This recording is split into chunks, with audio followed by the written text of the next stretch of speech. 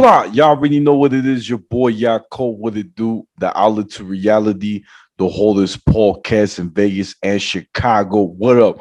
This is the place where you want to hide from your drama, or maybe hide from your baby mama. Aha! Just kidding. But anyways, fans, thank you for staying tuned. Don't forget to like, share, comment, and subscribe. Cha-ching! And today we have a very, very special guest. He's one of my closest friends. He's like a cousin to me. He is a filmmaker, a businessman. Y'all not ready for this. Give it up for Jonathan Flores. What's up, brother? What's up, man? How are you? I'm good, man. It was so hard to get you, man. I heard last night you dropped the coffee. I've been really busy, man. How it is. Yeah, I'm knocked out. I wanted to share a story that I remember with you, brother. One of the best nights of my life. So it was actually the day you were flying out. So you came to Vegas a second time, and it was you, me, Jasmine, and we are going to the Red Rock Canyon, which you and I already did with the Cheetah Girls. So this time is with Jasmine. So we're like, hey, man, we could do this. We had no breakfast, by the way, fans out there. It was early in the morning. My boy's like, hey, man, we got to get some edibles. Like a whole bag. You know what I'm saying? And I'm like, bro, go ahead. So John drive because I'm like, man, I'm tired of driving. So my boy stopped. He got his whole bag. He's like, Dave, you want some? I'm like, nah, brother, I'm good. I'll just get water. So we get to the place. Now, understand this. Us three, we got 3 bottled waters because it's a long walk, man. And so we get there, and my boy finished the whole entire bag. He's like, you know what? I've done this before. This shouldn't be that bad. You know what I'm saying? But not the whole bag. He just said, my tolerance is high. And my friend Jasmine, she had a little bit too. And so we get to the spot and we're walking within 35 minutes or 40 minutes on our journey walking. Just saying is my boy John is an expert when it comes down to adventure because this homie can jump like 4 rocks at the same time. Like they're not. Well, I'm not talking about a little rock. I'm talking about like big old cliffs. He'll just keep jumping like a frog. Like he's a pro for this, and I'll be struggling. But we get there, and my boy, out of nowhere, dun, dun, dun, my boy was about to pass out. He's like, bro, I gotta stop. I can't go no more. He's like, I don't feel good. He starts throwing up. I said, oh snap, we got a problem, man. So when we were hiking, I was fine for a bit, right? I started to feel a little dizzy, and I was like, okay, like it's probably normal. See, the thing is, I've ate edibles before, but not as much as this time. And I guess I finally found like my limit. And when we were in the mountains or hiking there in the mountains, there was a certain point where I just felt really tired and dizzy, and somehow my body just stops and I cannot move. And I was like, this is weird. Move. Let's move, Jonathan. Let's move. And I wasn't moving. I was like, what is going on? And I started to freak out, and I'm not moving.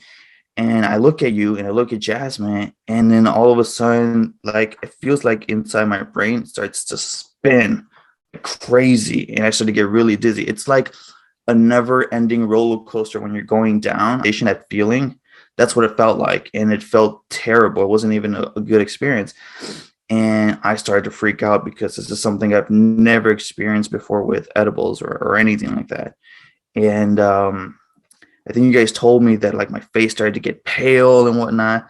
And then that's when I started to like feel nauseous, and I just started to throw up, but nothing was coming out, but I wanted to throw up. And then eventually, bits and pieces of what I ate started. It was disgusting, but it was a terrible feeling at that point when I realized, oh no, I messed up. And we're out in the middle of the desert, and it's 100 and something degrees. We're not in the same path. We don't have cellular signal, and I feel like I'm about to pass out, and I know you guys won't be able to carry me. So it was terrible at that moment. Yeah. And the funny part, my boy goes, you guys can go ahead of me. I'll catch y'all later when you come back. I'm like, bro, do you understand? We're in the middle of nowhere. And the thing is, coyotes, they sniff good meat. So if they see you, they're gonna say, dang, that's fresh steak. You know what I'm saying? That's some steak and shake. So we couldn't risk that. Like, look, brother, ain't no helicopter gonna come, bro. We got no signal. We screwed. Jasmine, being a nurse, she goes, hey, I think we should go back. So we head back, right? The right thing to do. Mhm. My girl Jasmine, she had a little edible. Tell me why. She starts seeing people like in the clips. She's like, the guy's telling us to go the other way. I'm like, girl, ain't nobody up there. Get me back. Like, take me back. Like right now. I was like, all right, John, I don't know where to go, but I'm gonna try. I got lost like 3 times. I saw the same damn rock. John starts getting frustrated. Bro, I'm tired of going in circles. Can you just take me back? I'm like, damn, John, I never seen you mad. And I'm like, dude, like you talking to somebody, I don't know where I'm at. And so I'm like freaking out. I'm like, bro, I think we're lost. Got lost. So when we were supposed to be back another 35 minutes, we were stuck being lost for another 35 minutes. So that's an hour at this point stuck at this spot. And eventually we were able to find the promised land. It was a lot of hills going up and down. And when we made it to the promised land, now understand this, we all kind of finished our water bottles except for Jasmine. I was like, man, I'm so hot. And it just felt too hot. I was just sweating and irritated, right? And also because you can't find how to get out. So, there's a lot of things going in your head. Eventually, we get to the spot where we knew this is the promised land to get back. Jasmine ran like never before. I'm like, girl, why aren't you running? Like, I didn't know you had that much energy. Get it to the car. And Jasmine goes, man, I don't feel good, y'all. I don't know what's going on. I don't feel good. Then my boy John goes, bro, I don't know how to tell you this, but I gotta throw up. He's like, I'm gonna throw up in the car. I was like, no, not my car. And I'm like, bro, here's a bag. He goes, it won't fit in the bag. And so we're driving. I pull over. My boy throws up. It's a real throw up this time. We get to the car. And I was like, oh snap, my car is gonna stink, bro. But that was a funny experience. I ain't gonna lie. I mean, my boy was safe. Good thing I got him a lot of electrolytes, Gatorade, and some food because we ain't had nothing in our system, and Jasmine too. But that was a crazy experience that I would never forget. Yeah, I would. Same. I mean, that was one of the it was a scary moment for me, if not the most scariest moment of my life, because I didn't know what was going to happen to me. I didn't know if, I'm so new to this, right? So I don't know if you could overdose out of it or not. I don't do this like every day or anything. This is probably like my third time, and I was freaking out. And I remember we arrived to your place, and I knocked out immediately. And I remember still being high when I woke up. I remember being high the next day, going to the airport back home. I still felt like it was in my system. I felt my eyes were red. And it's just an experience that I will also never forget, especially because it was a very dangerous, eye-opening experience. It opened my eyes. I'm like, damn, I really do cherish life. Like, holy cow, like I really care about myself. you know, it's the moment. I think it's like the moment when you're finally like at that very point where you're about to die or whatever, and they say like life flashes before your eyes or whatever, and you start like thinking about everything that you could have done and all that. Well, for me, it's like, wow, like I really started to notice that life is precious. And, I started to, like, I know I wasn't gonna, most likely wasn't gonna like die that day. But there was a good chance that I could pass out, slip on a rock, hit my head, and I'm done, right? There was so many possibilities to like, that day could have been a lot worse. But during that moment, I actually started to like think about my life and everything, and how much, I care for my mom and for my family and myself and everything. And it was just very eye-opening. I wouldn't say it was the greatest experience, because it wasn't, but it was a very interesting, very frightening experience that I will never forget. You know, it was amazing though. The whole trip was amazing. Like Vegas stuff that we did was amazing. That's all. But that particular day hiking was crazy. Crazy. Never again, that's for sure. Yeah. Oh man, Never brother. again. Well, I want to ask you something so my fans to get to know you a little bit more. I want to tell us a little bit about your hobbies and yeah, spill the Yeah, beans. so I got you. So um I guess, well, I come from Mexico, right? So, and I lived in Chicago my entire life. I'm 27 now. And in since the very beginning in my mind, I've always felt that I was made for art, for filming, for photography. You know, it was, my mind was all creative, and I think that all started when I was young, when my dad would take me to the movies. Just so fascinated to see how they were able to create this type of effect, or you know, how they did this transition. I started to get very curious. Like, yes, I enjoyed the movie, but I wanted to know more about behind the scenes of it. And I would look up like the behind the scenes, and how like the directors and cameraman and everything was just, you know, they were all working together to create this masterpiece film. And I was just so intrigued, and I wanted to be part of that. So I started to do filming. I started to do photography, video editing, everything, sound, visual effects.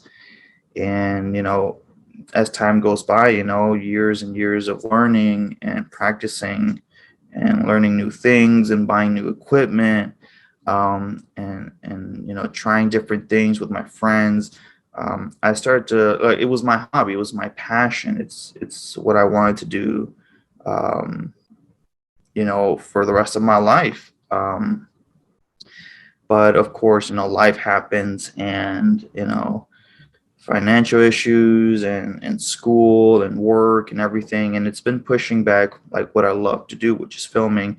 And I end up putting that aside and started to focus more about work, about business, about my career that's gonna sustain me, you know, make a living out of it. Because you know, at that moment I was like, well, filming is not gonna make me a living, or at least that's what I thought.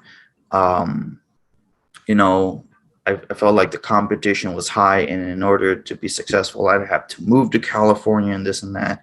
And so I started to focus on other things, and I put filming and video editing aside, even photography. And I started to develop a business. I learned about computer programming. My brother is he's a computer software engineer, right? He's got his master's, and he works for a big company. And I look up to him a lot, right? So everything that he did, I would follow, because I was also interested in technology. So if he did programming, I wanted to learn about programming as well. If he worked and built computers, I wanted to do the same thing. And so I did. I started to learn programming, started to learn about building computers, what, you know, the components. And, you know, like I said, I'm a very curious person, and I want to find out more.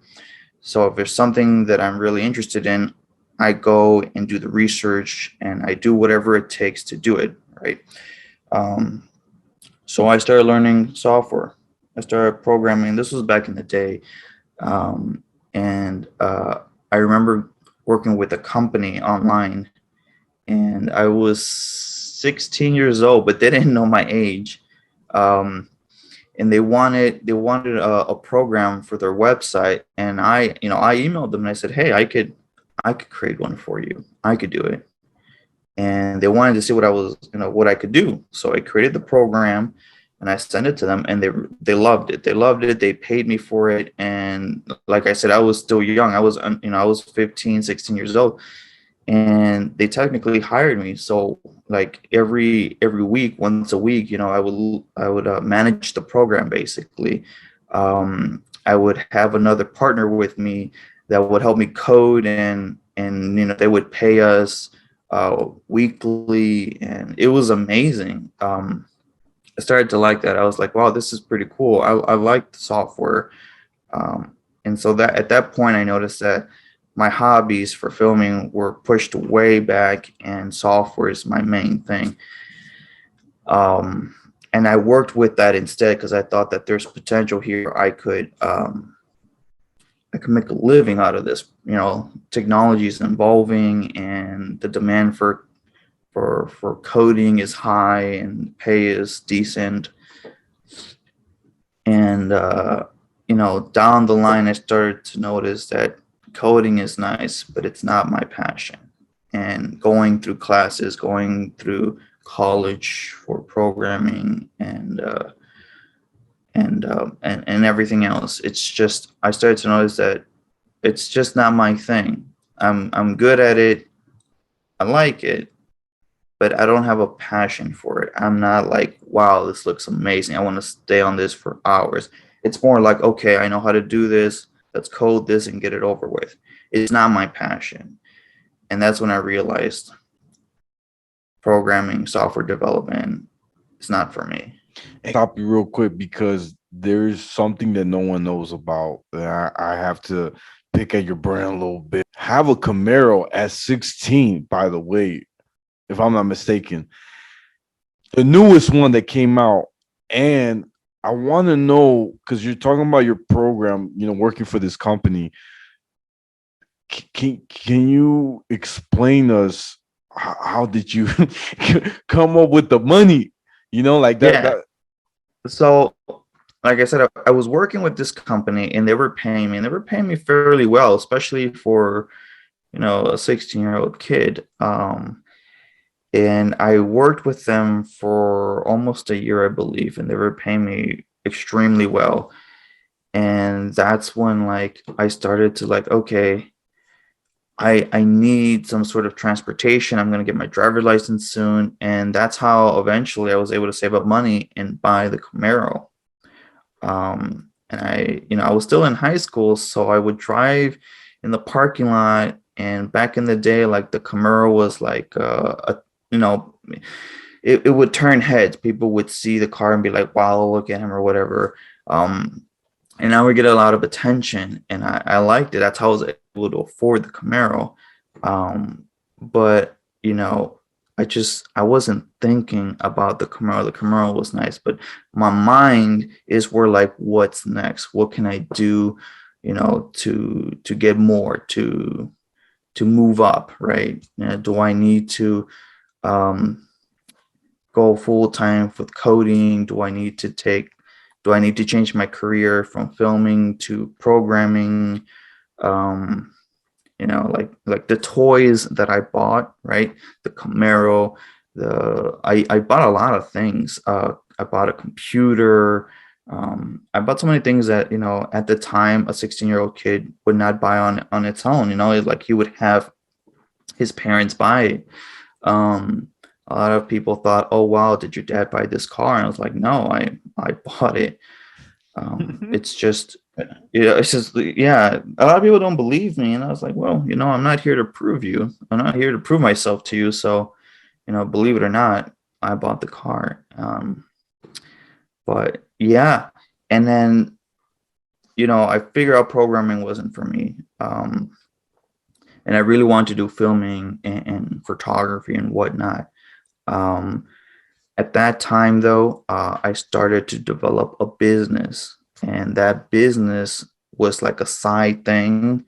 Wasn't normally, something like important to me. It was just like, it's whatever. If it fails, it fails. If it doesn't, it doesn't. And it allowed me to be a little bit free in terms of time. So I was able to focus back on photography and film and do some more experiments.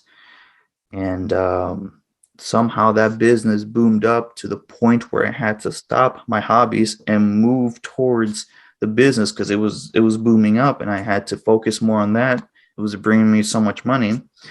And I guess I saw this money, and for the first time I was like, I need to treat myself. And I bought me my first Tesla. I got a Tesla Model 3 at the time. It was a very expensive car. It was the biggest purchase I've made. Wait, how old were you when you had your first Tesla? Early 20s for sure. I think 23, if I'm not mistaken, but I could be wrong. When 23, 24, pretty sure. I don't remember. I was so busy with everything. Yeah, I had the Tesla and no one knew about it. Like I didn't tell nobody about it until the day I picked it up and drove it home. And my mom freaked out. She's like, "What is this?" And I was like, "It's my car." She didn't know what model it was, how to open the door. She didn't know nothing. She was shocked. She's like, "How expensive was this?" And I was like, "Don't worry, mom. It's on the house. I took care of it." Oh man. um, you put 100% in something that you love, you will succeed. And with this company that I made, yeah, I loved it. It was great. I made good money. But it was the filming and photography where I have the most passion and where I want to be, forever in that space.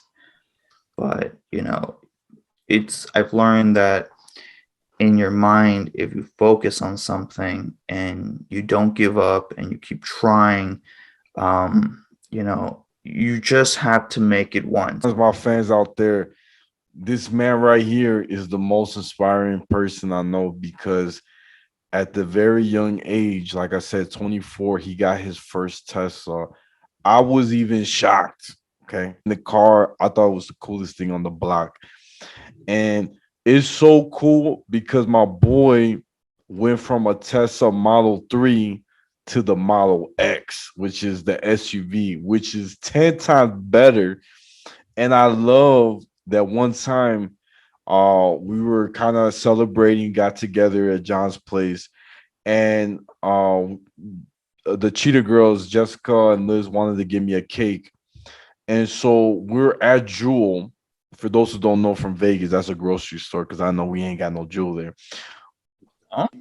Yeah, we don't. We don't. It's sad. We got Albertsons. That's what we got. We ain't got no Jewel. But check this out. We get out of the place and we got the cake. And all I see, John goes, Tesla, pick me up. Yeah, but That right? yeah. I saw that car was parked far, okay? Literally turned back, like reverse, and then went to pick us up. Had the doors, all the doors open. It was the coolest thing ever. And I felt like I was like in a special like a Mission Impossible movie. It was the coolest thing ever. I thought it was wild. One of the coolest things. And it's amazing how, and he's right. If you into it, my boy was working every day, like no lie. He didn't have no vacation. He made sure that he's gonna get what he want, and he made it happen. I gotta say something, brother. It's very inspiring, and I want to share something too that my fans need to know. Take One, Pass It Back season 3 is coming now. Every Friday at 5 p.m. This is the last closing the chapter with the same cast, but I got some cool things to share. My boy John, at one point, he was with us and he directed Pie Night, which is a funny skit where Kush wants to make a pie with Big Man in my crib. I'm not in the skit, but I was behind the scene. It was the dopest thing because you see Kush really trying to make this pumpkin pie, right? The most disgusting pie I ever seen, man. He's putting eggs, cereal, mashed potatoes. I forgot what, but it was so many things, but it's so hilarious. One of the funniest things ever. And brother, I gotta be honest, it was so cool to have you, to hang out with the squad. What were your memories that you can remember, like being with us? Like, Yeah, it's with behind the scenes, the environment, right? It was just like really good vibes with everybody, the cast, the actors. it was like it was a good time. We were laughing behind the scenes, and we were coming up with ideas. It was almost like we were all working together, and we all had our own part. I love that. This is why I love to get into like the filming and directing, because everyone knows their role and they want to do the best at it. And it's that's what I remember. I remember we were in your kitchen and we were filming, and we had to stay quiet. And we I remember Kush there, and we were coming up with different angles of where like to film and how to do it. I remember we put the camera in the fridge. Um, it was a good time. I love that day. It was something that I'll never forget. Yeah. That's dope, brother. That's dope. I think it was really cool. Honestly, I do remember that when you had the camera in the fridge, when Beto was grabbing the stuff from the fridge, you felt like you were him grabbing the things. You know what I'm saying? It wasn't just he opened it, and he grabbed it. He was like, dude, you see, he's trying to. There was a moment he put a butter in his pocket. I don't know if you remember. He grabbed the butter. He's a good butter, and then he put it in his pocket. But it was so funny, man. Yeah, brother. I gotta say, man, I have a lot of good memories. I remember one time a skit for Hunger Games, and it was at someone's house, and Victor was the head president of that club, so he had the password to get in. We all showed up, and the crazy thing that the founders or the head of that club who were mad at Vic, and they're like, "You can't film here." Of the club, like, yo, and pretty much we got kicked out. But the funny part is that we ordered Domino's, and the Domino's guy came to the front while we were kicked out. He goes, I'm here for your order, the Domino's. He called me. I'm like, hey, bro, just be away from the door. I'm coming to you. And it was raining that day. I got the pizza, and we go to Northeastern Illinois University to, rehearse or talk about or brainstorm pretty much. And it was cool because we had pizza. Ain't nobody gonna complain with pizza. It could change a lot. Me and my boy, we can eat pizza every day if we had to. Honestly, it's a true story. But that was a really funny experience I could remember. And for that new iPhone he was supposed to get me, but I'll change it for a Tesla. I'll send you my referral link. Thank you, bro. I appreciate it. Got you, bro. I got you. Thank you, bro. Thank you. But no, I'm really happy, brother. We got to chop it up and talk, and to have you on my podcast. I'm gonna wrap it up, brother. This is the Outlet to Reality, the hottest podcast in Vegas and Chicago every Tuesday. Don't forget to like, share, comment, and subscribe. Ching! Y'all know where to find me. I'm on YouTube, Spotify, and Instagram, the Outlet to Reality. My TikTok is 28, and my Snapchat is Take One Pass It.